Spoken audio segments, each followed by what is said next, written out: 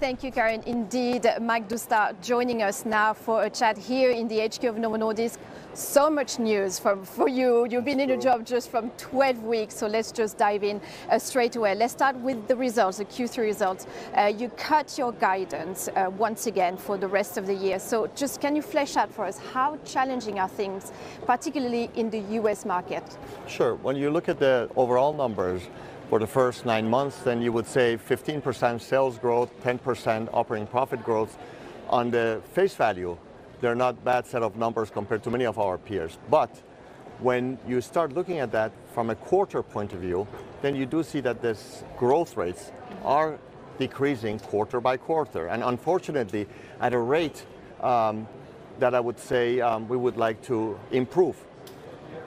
With the guidance that we have announced, when you take a look at our numbers for Q4, there will be in negative territory. So I think that is the reason why we have cut off the guidance from the top part, and it's also the reason why we have embarked on a company-wide transformation, trying to really make sure on one hand we control the cost of the company and really make sure that, that we are investing at a time where sales is coming down, but also, of course, getting our commercial execution, especially in US, back on track.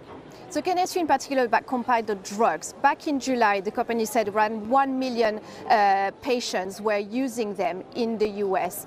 Is that still a challenge for you? Because I know the FDA and you are trying to crack down on this, but apparently they're using some regulatory loopholes in particular. So how much of a problem is that still for you? Yeah, it's a challenge that we need to overcome because, as you rightfully say, right now we have 1 million patients on our drugs. There are about 3 million patients in all the drugs all the companies are right now basically combined having 3 million patients. In US, there's more than 100 million patients suffering from obesity. 55 million of these patients are so-called insured, but nevertheless, everyone is fighting over 3 million patients.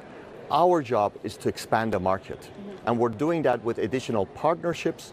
We're doing that by really trying to expand into all the segments of the US society where right now Wegovy is not used.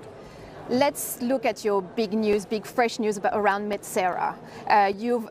You've sweetened your offer just yesterday. Pfizer, of course, says this is anti-competitive. For some analysts say maybe this reflects a lack of confidence in your own pipeline when it comes to obesity drugs. So tell us the rationale behind your bid for Metsera. It's absolutely not. I have huge confidence in our own pipeline. We have some of the best pipeline in this industry. But when your ambition is large, when you're thinking about hundreds of millions of people that are still have an unmet need and not treated, then no pipeline is good enough. We have been looking at Metsera for a long time, and they have some of the best complementary drugs to our own pipeline, and we look very much forward, if we can acquire them, to integrate that into our own pipeline so we can actually go broad and expand the market even more so. Are you ready to increase your bid potentially, or have you gone as far as? I will not be able to give comments on my bidding, but I will say that I'm very excited about acquiring Metsera. There is a big antitrust risk, though. A lot of analysts say there's actually very low chance that this takeover would be allowed. I would disagree. I would say we would not have gotten into this deal if we did not feel confident that we'll be able to close it. Can I ask you around price negotiations in the US? Some reports that you might be very close to come to a solution around just under $150 per month. Are you close to an agreement? We have been dialoguing, discussing with the US administration quite constructively for a period of time. The good news is that we are really aligned with the fact that our medications need to find broader access in US. I just alluded to that earlier. That's the core of those dialogue and discussions.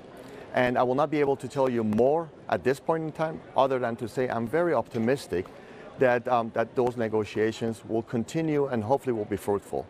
Well, on that note, Mike Doustdar, thank you so much for your time. And with this, guys, I send it back over to you in London.